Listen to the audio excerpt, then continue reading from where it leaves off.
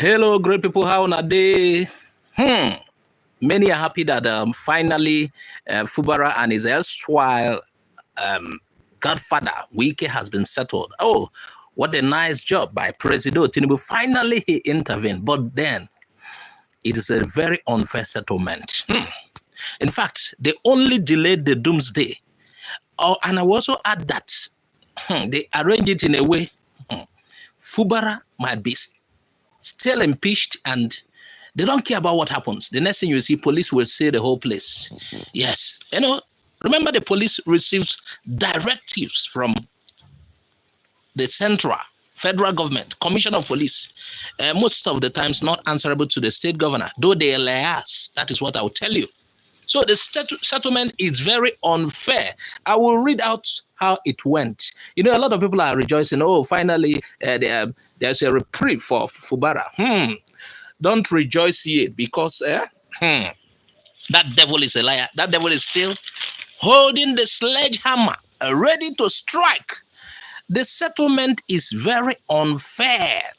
And the Fubara should plan ahead though, because, okay, let me even read what is in the 8-item resolution, the settlement that all signed, not just the two people who are quarreling, not just Wike, not just Fubara. The vice president was there, as a speaker who was still reinstated was there, and some representatives of River State were there. You need to see through what was the resolution.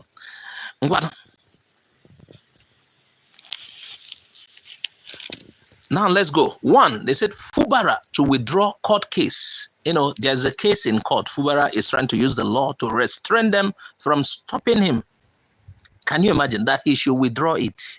That is very dangerous. That is number one. Now, number two, that impeachment proceedings should be dropped by those 27 members who, they left PDP. They went to APC just to make their moves easier. So as to stop receiving directives from a PDP head in the state who was also present at this signing.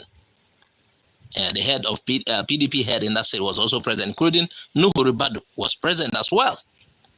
So they asked them to suspend the impeachment. I see a foul play there. The impeachment can still happen afterwards. I'm telling you. They suspended it for a while. I remember the temporal settlement. I think that's still happen. We don't know the refusal. It's like this temporal settlement is like for me. During the war, there is a ceasefire that will last for a particular time.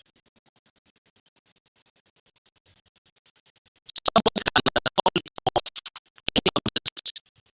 So, but the way the things go now is dangerous.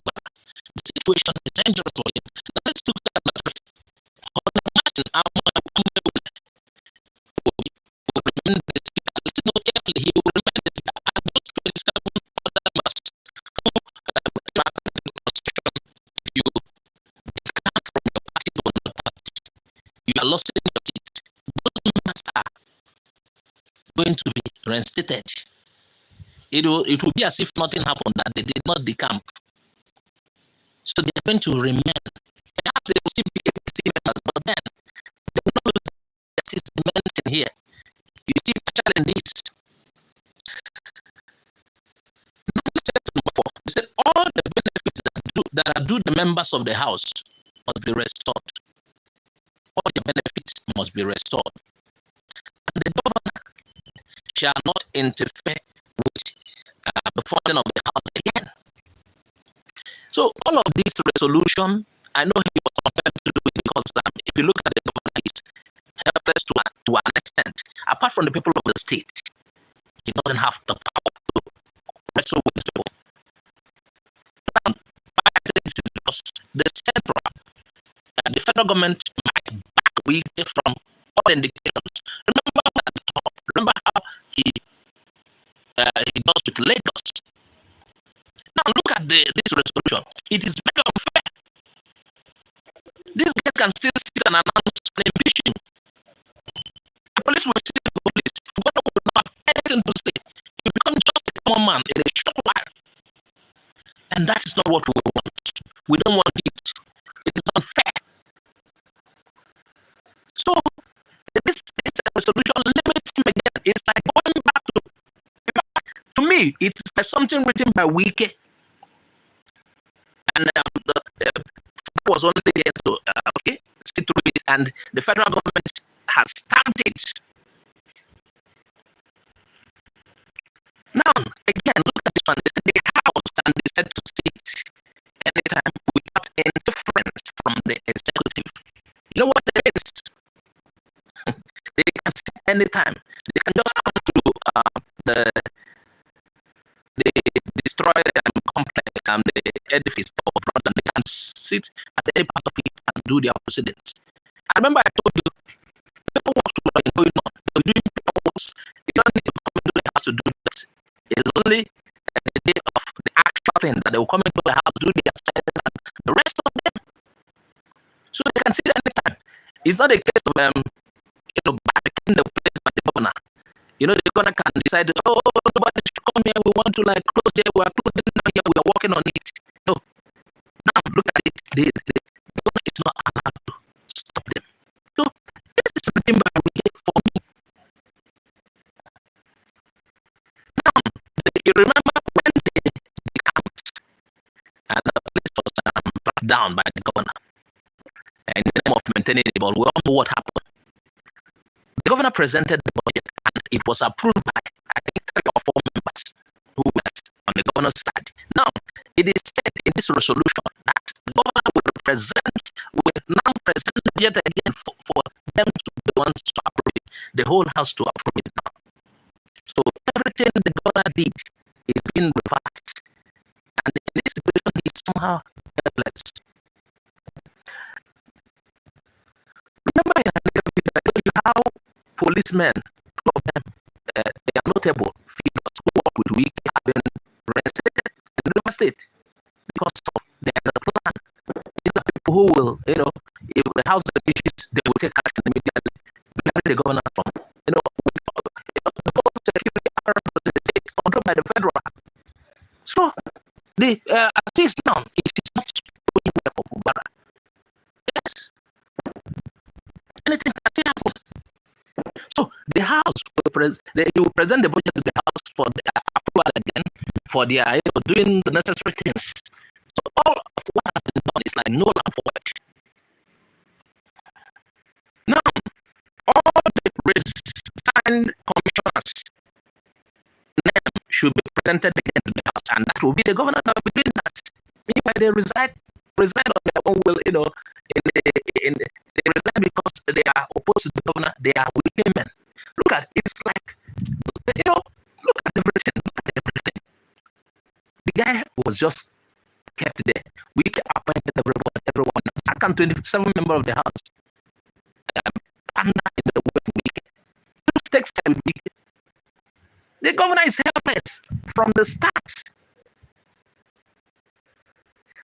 The governor is helpless. The only people he has now is some of the people in the state, maybe the Ajos and some, Igbos.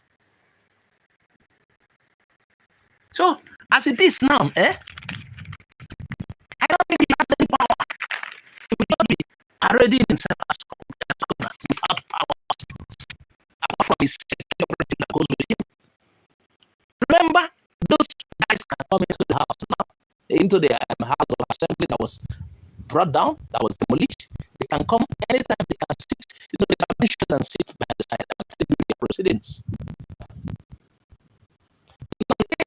In the resolution that was signed, they said there should not be a caretaker committee for the local government in the state.